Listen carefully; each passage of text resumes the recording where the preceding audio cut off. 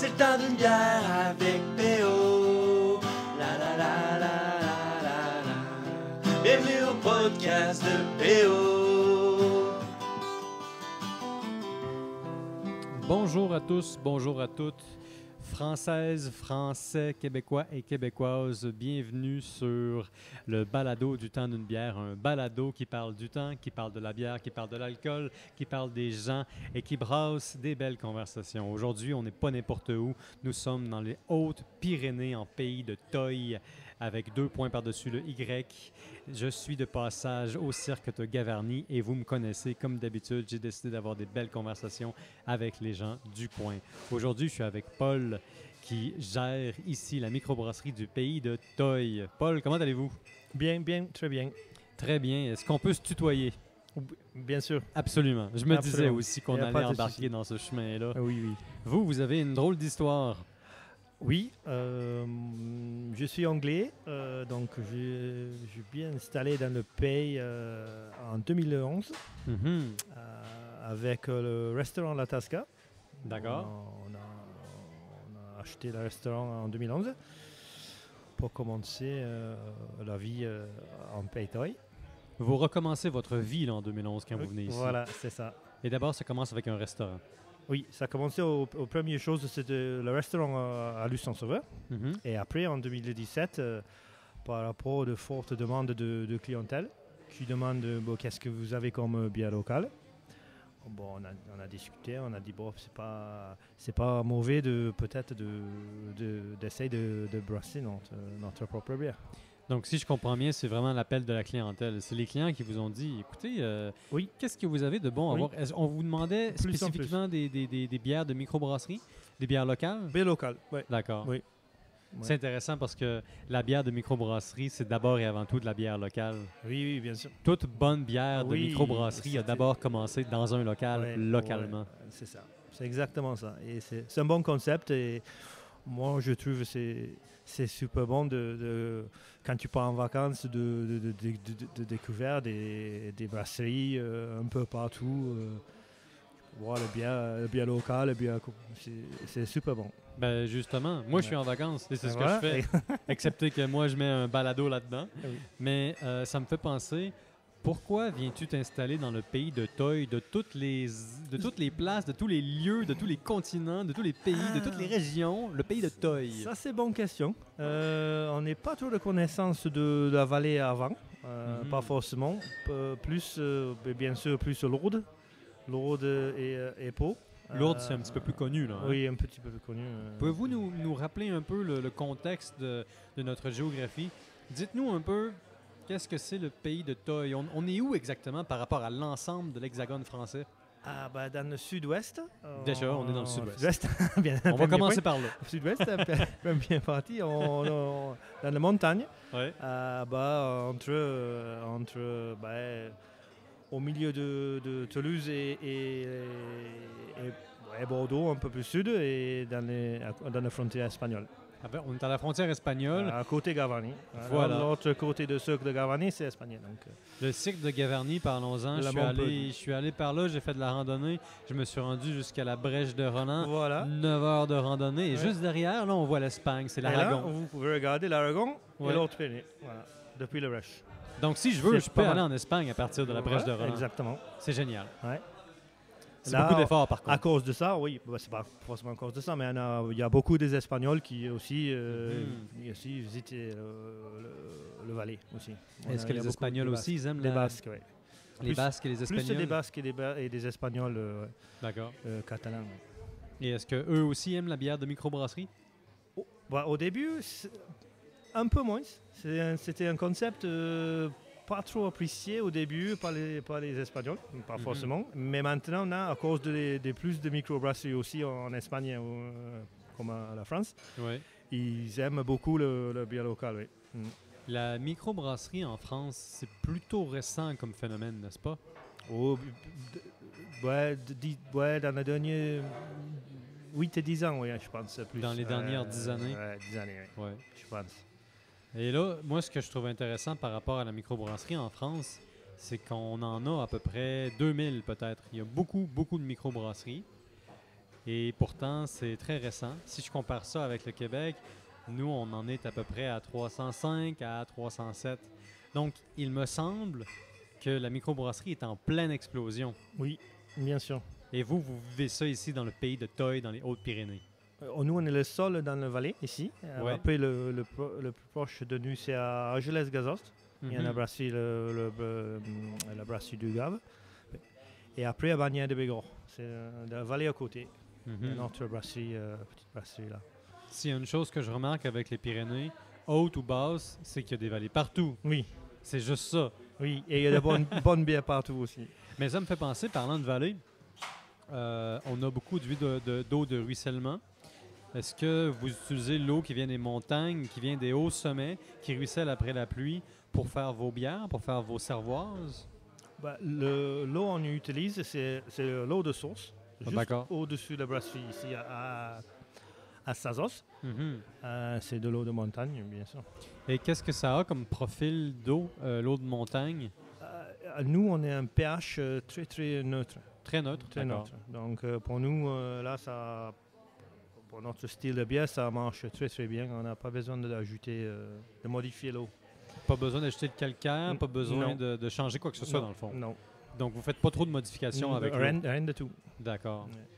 Et là, on parlait justement de votre profil de bière à vous. Oui. C'est de la bière anglaise. C'est style anglaise, oui, en haute fermentation, avec une recette plutôt à base de brown ale, de stout, de IPA. On a modifié un peu par rapport aux goûts goût de clientèle. Parce qu'au début, on a commencé, tout au début, quand on a lancé la IPA, le Pic du Midi, c'était un choc. C'était un choc culturel. Culturel pour le. Oui. Ah oui. Ah oui, bien sûr. Et personne, ils ont mal de comprendre le type de bière. Oui, qu'est-ce que c'est que ça? Pourquoi vous m'avez Oui. servi ça, monsieur? Je m'attendais à une bière, pas ceci. Voilà. et là, maintenant, les mêmes personnes qui disent ça au début, Voilà. ils sont basculés sur les IPA et la bière un peu plus amère. Ben ça nous dit à quel point la bière de microbrasserie a fait du chemin en France. Oui. Là, le Pic de Midi, c'était votre première IPA. Maintenant, est-ce que ce serait un de vos meilleurs vendeurs? Oui, c'est toujours meilleur. Ouais. Un des top Le 3, top 5? C'est le col de Tourmalet, le Cirque de Gavarnie et le Pic du Midi. Mais parlez-nous un peu de ces noms-là pour les gens qui viennent pas de la région, parce que c'est pas n'importe quel nom, là. C'est des noms spéciaux. C'est des sites, les grands sites et les sites très connus dans les Hautes-Pyrénées. Mhm. Et notre département voisin, le 64 aussi, le Berne. Et le Pic du Midi, c'est près du Cirque de Gavarnie? Le Pic du Midi, c'est près de col de Tourmalet. Ah, d'accord. Voilà. Donc, Ouais. il faut peut-être conduire un petit peu là, avant d'entreprendre de la randonnée. On peut pas tout simplement marcher de Gavarnie à là-bas. Vous pouvez, mais c'est sera quand même long. Voilà. Il faut garder ses forces, c'est Oui, ça l'affaire. oui, bien sûr. Surtout en montagne, parce que la montagne est traître. Mm.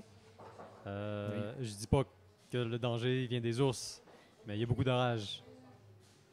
Et puis il y a de l'altitude. Comment? Je n'ai pas J'ai entendu. dit qu'en montagne, la montagne est un peu traîtresse. Oui, D'abord, l'altitude peut vous jouer des tours dans la tête. Ensuite, les Pyrénées sont un petit peu plus sauvages, si on veut, que les Alpes. oui. Un petit peu plus de danger. Oui, il y a des endroits où il faut un peu de connaissances avant d'aller. Oui. Ouais. Mais là, revenons-en à votre IPA. Je trouve ça très, très, très drôle Ah, que la IPA, au départ, n'est pas vraiment bien partie et que là, Non. ce soit un des meilleurs et vendeurs. c'était pas très houblonné au début non plus. C'était plus houblonné maintenant qu'au début. Vous voulez dire qu'il y a plus de houblon maintenant dans votre IPA? Ouais, qu'avant. On parle de quel houblon? Là, on a utilisé le houblon classique de Cascade et Citra. Mhm. Ouais, je fais de la bière moi-même. Je brasse chez moi. Je vends pas de bière. Je ne suis pas une microbrasserie. Mais je brasse pour moi-même. Et c'est parmi les houblons que j'utilise le plus souvent. Du Mosaïque, du Citra. Oui, voilà. J'ai commencé à expérimenter récemment avec le Galaxy. D'accord. Et beaucoup de variétés de Alerto. D'accord. Comme le Alerto. Nous avons 8 ou 9 différents des houblons différents. Vous l'importez d'Allemagne ou ça vient d'ici, de la région de Non, la c'est France? plus de Allemagne, d'Angleterre, du nord de la France, là, Ok. en Alsace, la République tchèque et États-Unis. OK, ça vous fait une belle variété. Oui, oui. Est-ce qu'il y a des ingrédients ou des céréales en particulier que vous venez sourcer dans la France? Oui, le blé, l'orge et le blé. L'orge et le blé, Oui. tout vient de la France. Oui. Je comprends. Ouais, voilà. Et donc, le temps passe. Vous ouvrez à peu près en 2011, si je comprends bien. Ici, votre microbrasserie, c'est ça? C'est en 2017. la 2017 que vous ouvrez la Ouais, microbrasserie. Quand vous, là, vous ouvrez la microbrasserie, quels sont les défis de vous lancer dans cette entreprise? Surtout ici, où est-ce que, comme tu as dit, il n'y avait pas de microbrasserie Il n'y a avant. pas de microbrasserie. Il y a beaucoup de touristes, Oui, beaucoup de passages. ce qui est déjà un bon début. Oui, déjà. Mhm. Donc, on est déjà de belles saisons de travail. Oui. Et au début, on a commencé très petit et de suite, ça a lancé sur un truc, une consommation énorme. Mhm. Donc, c'était la folie depuis le début. Folie depuis le début, Oui. les clients étaient au rendez-vous. Ah oui, oui, En oui. fait, ils le demandaient, donc vous aviez vraiment un bon point de départ. Oui. Voilà. Oui. Mais là, c'est juste le plus difficile après, c'est de stabiliser et de voir comment on peut évaluer avec un produit toujours la même qualité. Oui. Parce que ça, c'est le défi d'une microbrasserie qui va aller vendre au-delà de son territoire initial, c'est d'augmenter en volume Oui, tout en gardant la qualité. oui, exactement. Et vous, est-ce que vous avez des ambitions de vendre au-delà de la vallée? Jusqu'où est-ce que vous vendez la bière partout dans d'ici? le sud-ouest, le Grand Sud-Ouest. D'accord. Et déjà, c'est grand le sud-ouest. Le Grand Sud-Ouest, donc ça c'est grand. Bordeaux, la côte basque, toutes les chaînes de Pyrénées jusqu'à Perpignan. Et on monte jusqu'à Cahors-Agen, dans le nord de la région. Je comprends. On est un peu dans des caves, des cavistes, des grossistes, des GMS. Oui. C'est pas forcément. Il y a deux arguments à côté pour le GMS, mais C'est l'équivalent français d'un supermarché américain. Voilà, D'accord. le Carrefour, le oui. Leclerc, l'Intermarché. Et quels sont les désavantages d'un GMS du point de Il y vue? a certains clients, ils n'aiment pas le concept d'avoir le bière artisanale locale dans les grandes marques. Mais ils sont maintenant en politique dans de supermarchés de mise en valeur le produit local, les produits locaux. Est-ce que ça me fait penser justement, parlant de mise en valeur du produit local, est-ce que vous avez du support financier de la France dans une microbrasserie? Oui, nous avons des subventions de la région de Occitanie pour acheter, pour investir dans le matériel, dans la mise en bouteille, la chaîne d'embouteillage et des cuves. Ben justement, là, ici, on a une vue en plongée sur votre établissement d'embouteillage, en fait sur le laboratoire de brasserie, en fait sur la brasserie. Et l'équipement que vous avez pour embouteiller, ça a l'air très cher. Oui, mais c'était financé à 50%, non, pas 50%, un pourcentage par la région, grâce à la subvention. Alors, si je comprends bien, en Occitanie, qui est la région de France dans laquelle on est, l'achat local, le terroir, c'est très valorisé, non? Oui, très. Ouais. Il y a de très bons produits dans le sud-ouest, dans l'Occitanie. Oui. Ouais. Le Québécois qui est de passage, ou l'Américain qui parle français, ou je ne sais pas, le Luxembourgeois qui n'est jamais encore passé par ici, qu'est-ce que vous lui recommandez d'essayer de boire ou de consommer dans votre petit coin d'Occitanie? Là, il y a beaucoup de choses. Il y a de très bons fromages, il y a de très bons jambons de porc noir, de Végor. Il y a de bons vins locaux à Madiran.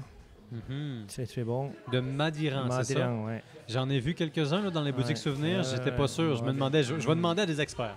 Je vais demander à des gens du coin. Qu'est-ce que c'est que ce vin-là? Le Madiran? Oui. C'est un vin rouge très tannique. Ça, j'aime ça. Oui, de terroir. Moi, j'aime un vin qui casse-gueule. Oui, voilà. Ouais, c'est le Madiran, c'est très bien costaud. Bien costaud. Pas trop gentil. Ouais, voilà, c'est ça. Voilà. C'est de bons vins. Parce que j'ai le dos large. Vraiment déguster si vous avez l'opportunité dans le département ou la région. Ouais. Et ça, c'est un vin typique ou plutôt exclusif de l'Occitanie? C'est du Madiran, oui. C'est une AOC Madiran. Et vous avez parlé AOP, je pense. Je sais pas quoi. une appellation contrôlée, c'est ça? Ouais, je pense. Vous avez parlé de jambon noir. Jambon de porc noir de Bigorre. Ouais, OK, le ça, c'est cochon. quelque chose. Le là. cochon, ouais. C'est cochon? Cochon noir de Bigorre. Après, il y a plusieurs races. Ben oui. Mais nous, on est de Bigorre, donc il y a des cochons de noir de Bigorre. C'est jambon très, très gras. Mhm. Et c'est super bon. Donc, si on s'en va dans les Pyrénées, si on s'en va voir le cercle de Gavarnie, Cirque de et Gavarnie, qu'on va voir dans- la brèche de Roland et puis qu'il faut marcher pendant 5 heures de suite juste Voilà. pour aller au sommet, on apporte un jambon noir de Bigorre. Voilà, de Bigorre. De Bigorre. Dans pardon. la vallée, il y a boutique pièce à juste en bas de la vallée, très très bon Mhm. product de porc noir. Et la Ouais. truite aussi, il y en a un très bon truite. Ah, vous avez de la truite? Truite de Pyrénées. De la Ouais. truite des Pyrénées là, qui navigue Oui, à travers les mille et un cours d'eau. Argelès-Gazost. OK. Ouais, excellent. Encore un produit de très très bonne qualité. Connu partout en France. Ça marie bien avec notre bière et la porc noir. Écoute, là, Paul, tu me donnes faim. Ouais. Tu me donnes faim, mais je constate que mon verre est à vide, donc j'ai une faveur à te demander. Est-il possible de goûter à votre fameuse IPA Oui. Pic du Midi? Allez, Allez, pas de souci. on y va. On y va.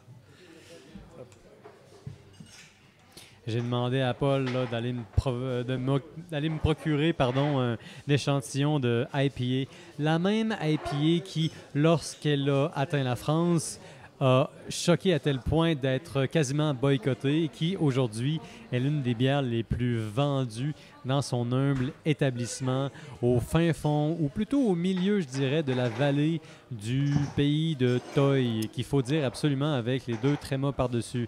Je dis ça parce que je me le suis fait dire à l'hôtel Vignemal. On m'a montré un livre là, qui parlait de l'histoire de la région. Le Toy est une langue, si vous ne le saviez pas. Le Toy, c'est une langue qui se situe un peu au milieu du basque, du latin, pour autant que le latin n'ait jamais vraiment été une langue parlée par le commun des mortels, et évidemment de l'aragonais et du catalan. Donc, c'est un méli-mélo de différentes choses, si vous voulez. Et c'est intéressant parce qu'il y a le côté basque ici qui surprend. Le toy est inspiré en grande partie du basque. Pourquoi? Alors qu'on n'est pas, semble-t-il, aux portes du Pays basque? Eh bien, c'est très simple. C'est que jadis, les Basques, ils étaient un peu partout à travers les Pyrénées. Les Basques, eux, ils viennent du pourtour méditerranéen. Je dis pas qu'ils viennent de partout à travers la Méditerranée, mais ils étaient présents du côté de la Méditerranée. Ils ont longtemps habité un peu partout à travers les Pyrénées avant de se retrouver un peu, si on veut, concentrés dans le Pays basque espagnol et français. Paul, tu es de retour. Oui. Là, tu as entendu que je déblatérais à propos du pays de Toy, de la langue Toy et surtout des Basques. Est-ce que j'ai dit des choses qui seraient gênantes? Non, pas du tout. C'est... non. Est-ce que vous avez beaucoup de Basques parmi vos visiteurs ici? Oui, il y a beaucoup de Basques, oui. Ouais. Basque espagnol, basque français, oui. Et pour ce qui est des appétits de tout un chacun, est-ce que c'est quelque chose qui se remarque? Est-ce qu'il y en a qui préfèrent certains types de bières? Parce que... Oui, les Basques qui sont plutôt dans les brunes et les ambrées. Ah, Ouais. tiens donc. Et les Français, eux? Blonde. Les Français préfèrent la blonde. Les Basques aiment ça quand c'est ambré. Et Oui. les Anglais, est-ce qu'il y a des Anglais qui Les viennent visiter? tostadas, ouais. Est-ce qu'il y a des confrères de ton pays qui viennent visiter? Ah ben oui, Ouais. cette année, il y a beaucoup des Anglais et des Américains, oui. Cheers. Cheers. Merci pour la IPA. Et puis, eux, ils boivent quoi? Ah bah un peu de tout. Ils sont plus en stout et ambré, ouais. Bon, je viens d'avaler une gorgée de ta IPA. Mon Dieu, qu'elle est douce. Mm. Elle est douce. Mm. Elle est gentille. Mm. Comparée à la plupart des IPA West Coast, East Coast que je goûte en Amérique du Nord. Oui, il n'y a pas de Celle-là, double elle est IPA. gentille. Ouais, ça c'est... oui, on n'a pas d'agressivité de C'est blanc. ça. Non, c'est un IPA plus classique. Moi, je ne peux pas m'empêcher de me dire que c'est soit un retour aux sources fabriqué typiquement par un Anglais chez qui la IPA est d'abord apparue, qui n'est pas d'accord avec l'explosion de saveurs qu'on trouve aux États-Unis, ou la version commencement vers l'IPA pour un public qui n'y est pas habitué. C'est un peu les deux. C'est un peu Après, les deux, j'aime hein. bien. Moi, j'aime bien les West Coast IPA, les double IPA, les American IPA. Mais j'aime bien. Elles sont bonnes, mais tu Ouais, te ça. dis, la clientèle d'ici, C'est peut-être les préférera C'est une pas. étape un peu. Voilà. On va arriver de brasser, de sortir des IPA comme ça. Oui, bien sûr. mhm. Il y a un marché, oui. Il y a certains clients, oui. Mais en général, c'est les IPA un peu moins de houblonnés. Oui. C'est ça, oui. J'ai un peu l'impression que ça correspond un peu avec l'appétit français, sauf pour la IPA, c'est-à-dire la New England IPA, qui semble être quand même de plus en plus populaire en France. Ouais, ok, oui. Ouais. Et ça me fait penser, là, vous êtes dans les Pyrénées occidentales, donc pas besoin de faire une West Coast, vous faites une West Pyrenees. Oui, c'est un truc de marketing peut-être. Ouais. Voilà. Moi, je travaille pour toi. Voilà, Moi, je te donne des idées. Ouais. C'est une bonne idée. À l'inverse, tu peux avoir aussi les East Pyrenees qui seraient un petit peu plus agrumés. West Coast, East Coast, East Voilà. Pyrenees, West. Ouais. Bonne idée. Donc, toi, tu arrives dans le coin, dans la région, en 2011. Puis en 2017, c'est le lancement de la microbrasserie. Est-ce que tu t'émerveilles encore du paysage absolument épique et majestueux que constitue l'ensemble de vallées du coin de Gavarnie, du Pays Toy? Est-ce que tu t'émerveilles encore le matin quand tu vois les montagnes? Tous les jours. C'est jamais pareil. En fait. Jamais pareil? Non. Comment ça? Avec la luminosité, les nuages, je sais pas, il y a plein de choses chaque jour, c'est différent, c'est toujours magnifique. Chaque jour, ça recommence. Ouais. C'est drôle. Moi, je reste à l'hôtel Vigmal. D'ailleurs, Lydia, la gérante, fait dire bonjour. Et sa famille, là, sa mère. Elle m'apprenait que vos enfants jouaient ensemble. Oui, ils skient ensemble, en fait. Le monde est petit. Ben justement, je restais là-bas, puis je demandais à sa mère, qui travaille aussi là, si elle aussi était émerveillée par rapport à la beauté du paysage. Et elle me disait, c'est différent chaque jour. Ce qui voulait dire que, ben, comme tu dis, le paysage change. Moi, ce que j'ai été frappé de voir, c'est que cette semaine, il y a des ouragans, pas des ouragans, pardon, il y a des orages chaque après-midi. Oui. Ça change rapidement. Oui. Donc, comment on s'habitue à ça? Quel est le conseil que tu donnerais à quelqu'un qui vient s'installer ici? Il faut boire l'apéro plutôt l'après-midi. Ah, c'est bon, ça. Oui, voilà. Non, ben, après, là, ce moment, c'est un peu exceptionnel en cause de météo. Normalement, il n'y a pas assez d'orage. Voilà. Il n'y a pas tellement d'orage, non, finalement. Non. Ouais.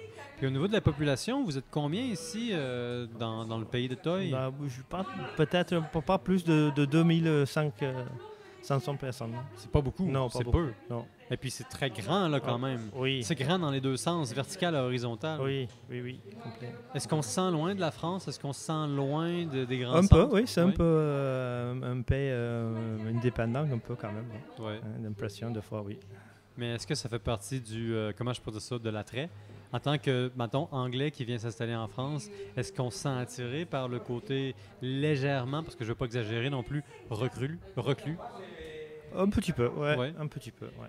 Mais toi, là, qu'est-ce qui te motive à quitter l'Angleterre pour venir ici? Ah ben, le climat, C'est le climat. Ouais, le climat, le ski, la montagne, oui, en plus. Moi, je me rappelle d'avoir été en Israël comme bénévole. Je travaillais dans un kibbutz, une commune, si on veut. Il y avait un Anglais qui était là. Ah, oui. Et puis, lui, il était toujours sans chandail, sans T-shirt, à absorber le soleil. Il disait « Je veux jamais retourner en Angleterre. Moi, je veux du soleil. » Puis en Israël, il n'y a pas de soleil. Lui, il était heureux comme ça se peut pas, comme un poisson dans l'eau, comme un humain dans le désert. Ouais. Il était là pour le soleil. Est-ce que le soleil est une de tes motivations? Ça fait du bien pour le moral, oui. Voilà. Bien sûr. Ben, il y a de la vitamine dans le soleil. Oui, quand bien même, sûr. hein? Nous, Ouais. on en mettait Pas trop chaud parce que Ouais. trop chaud pour la bière, c'est pas bon non plus. C'est vrai, c'est un bon point. Ouais. Donc, on est en train de boire le pic de midi. Oui. Et puis, je vois que vous avez 4 bières principales en fût. Et puis, sur votre brochure et à travers mes contacts, j'apprends que de temps en temps, vous faites de la bière de saison, de la bière saisonnière, de la bière un peu expérimentale. Oui. De temps en temps, vous expérimentez. Le brassin d'hiver et un bière printemps pour Mhm. Saint-Patrick, l'autre stout, oui. Pour la Saint-Patrick, c'est la stout. Stout. Ben oui, évidemment. Et en brassant pour hiver, on brasse une bière d'hiver. Et est-ce que le public, donc le consommateur, donc le visiteur, si on veut, réagit bien à l'expérimentation? Oui. Oui. Ça marche bien, ils sont habitués de ça. Ils cherchent la bière de printemps, le brassin d'hiver, des autres bières éphémères. C'est ça, oui. On est parti de la Brasserie de France et la Brasserie de France, il fait beaucoup de communication, de pub par rapport des saisons, des bières. Oui. Et j'avais une question que je suis en train d'oublier, mais c'est pas grave. Là, je vois que ça se remplit bien, qu'il y a beaucoup de gens qui sont au rendez-vous. Ça me fait penser... Et là, on est au mois d'août. Est-ce que c'est ça la haute saison pour vous ici en Occitanie? C'est notre autre saison, oui, au mois de juillet. Après, on a des bonnes saisons en décembre, février, Noël, février aussi. Ça dépend. Maintenant, c'est plus 4 saisons Ouais. s'il fait beau. Il y a toujours des gens, puis c'est sûr que Oui, il y a toujours des passages. la belle température aide Ouais, les il y a gens, toujours disons, à... Il y a toujours des passages. Ça, c'est Ouais. clair. Ça aide les gens à venir vous voir Oui. pour le temps d'un verre ou deux. Et après, ils cherchent, comme tu dis tout à l'heure, ils cherchent les bières locales et les brasseries. Ouais. Oui. Ben justement, j'ai vu beaucoup de vos bières en vente là, À Gavarnie. à Gavarnie, ouais, dans au moins 2-3 bières, Ouais, 2-3 points Ouais. de vente. Et c'est ça la question que je voulais vous poser, parce que ça m'intéresse toujours de voir comment on s'adapte aux circonstances changeantes, comment on s'adapte au goût du jour. Et un petit peu plus tôt, tu me disais, ben, c'est sûr qu'avec le temps, nous, on a des modèles anglais, on a des bières de type anglais, on les a adaptées un petit peu. J'aimerais que tu m'en dises un petit peu plus par rapport à ça. Comment est-ce que tu as adapté tes bières de modèle anglais pour la consommation d'ici et d'ailleurs? Il y a des retours clients, bien sûr. Et après, je mon associé, il est d'ici, il est Toy, qui est parti. Oh, oui. Et il est jaune dans le mode de la bière, un peu le mode partout. C'est un milléniaux. Voilà. Non, non. Un peu avant. Non. Un peu avant? Non, il est plus D'accord. vieux que ça. C'est bon. Mais quand même, oui, il voyage un peu comme nous. Après, on va commencer à évoluer et comment on peut changer le concept un peu. Et puis, qu'est-ce que vous avez eu à changer le plus pour vous adapter? Qu'est-ce qu'on a? On a ajouté plus de blanc. On a modifié, pas énormément plus, mais Par rapport à la bière de pub anglaise, mettons, il y a plus de houblon. Déjà, là, on met plus de houblon. Et plus forte aussi. C'est plus fort qui est plus, disons... Et le taux d'alcool plus fort. Ah ici, oui, on veut plus d'alcool ici. Oui. Maintenant, il y a une demande pour l'alcool un peu plus, le taux un peu plus élevé. Ben, j'ai fait quelques balados avec des experts sur la biérologie, sur l'histoire de l'Angleterre, sur l'histoire de la bière, qui me disaient que c'est vraiment un standard d'avoir une bière peu alcoolisée en Angleterre. Au lendemain de la prohibition américaine, la bière est pas forte en alcool. Là, on parle de 3 à 4 %. Ça prend vraiment du temps avant que la bière commence à accumuler du pourcentage d'alcool. Et en réalité, l'accumulation du pourcentage d'alcool est en réalité la province de la microbrasserie américaine. En Angleterre, jusqu'au début du 20e siècle, lorsqu'on commande une bière à 5 % d'alcool, on dit aux clients, attention, c'est une bière forte. Aujourd'hui, là, si tu dis à un Québécois ou un Français, attention. Ouais, mais je me souviens bien de l'arrivée de Stella 3 en Angleterre. C'était quand même considéré une bière fort en alcool et il faut faire attention. Oui, mais maintenant, c'est... Donc, quand tu es dans ta jeunesse, si on veut, quand tu buvais de la Stella Artois en Angleterre, on te disait, attention, monsieur. Oui. Attention, jeune homme. Oui, voilà. Oui, c'est ça. Donc, la Stella Artois, ça arrive en Angleterre à peu près en quelle année? Oh, moi, je sais pas, vers 94. Rappelle-moi, c'est quel pourcentage d'alcool une Stella Artois? Oh, c'est 5. OK, c'est standard. Ouais, c'est standard. Hein. Mais là, nous, on est habitué en Angleterre avant à 3, 4. Ouais.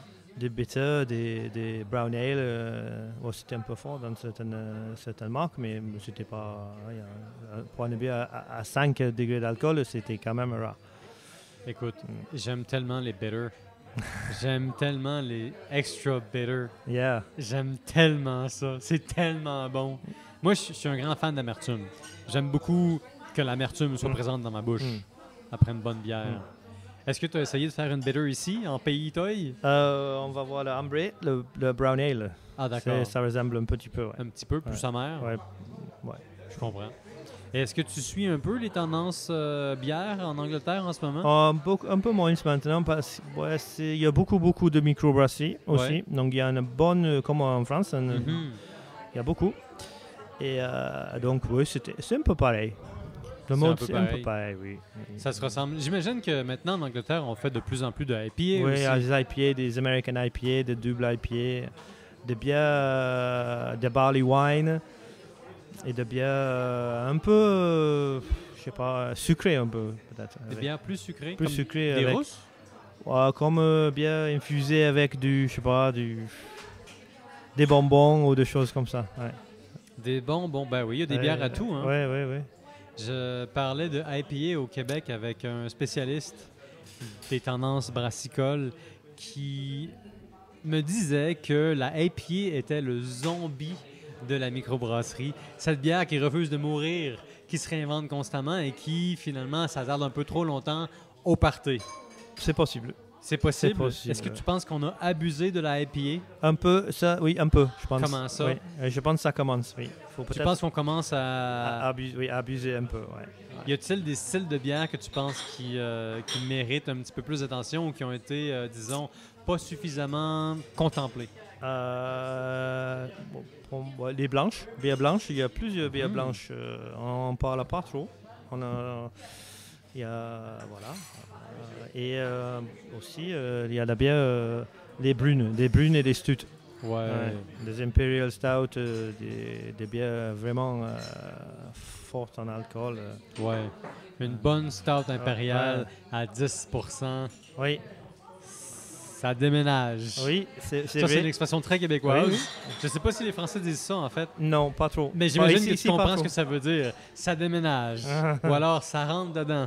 Ça, c'est très J'ai jamais québécois. entendu ça. Mais je vais te les noter, ces expressions-là, là, pour les prochains Québécois qui vont venir ici.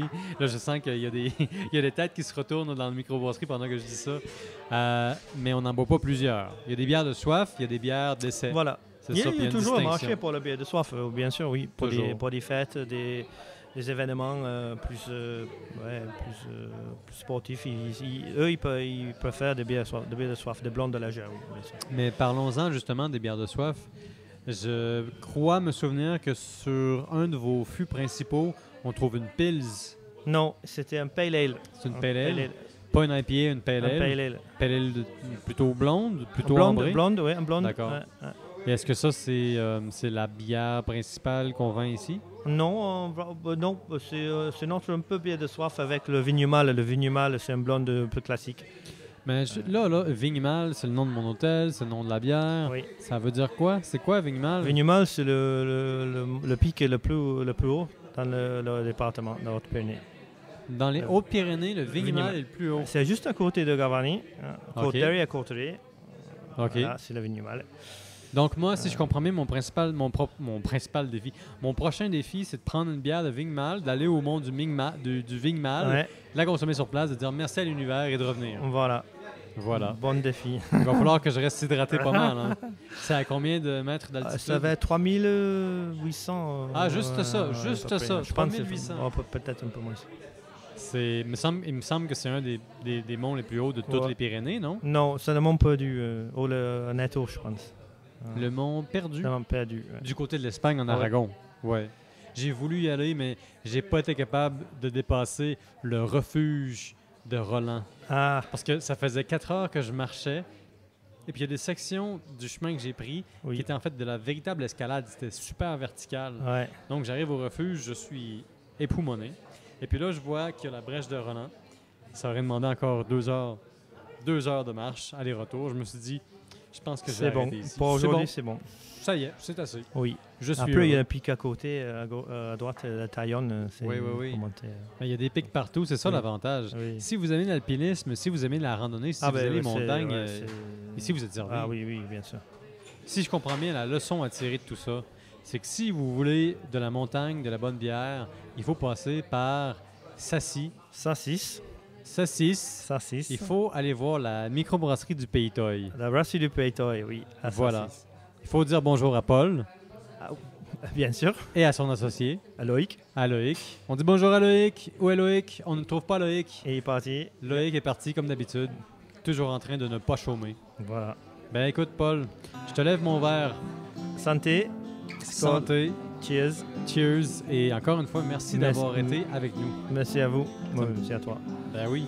Écoute, pour ceux qui nous écoutent là à la maison ou dans les Pyrénées ou en moto, ou on ne sait pas trop où, merci d'avoir été avec nous pour le temps d'une bière, en fait 2 bières dans mon cas.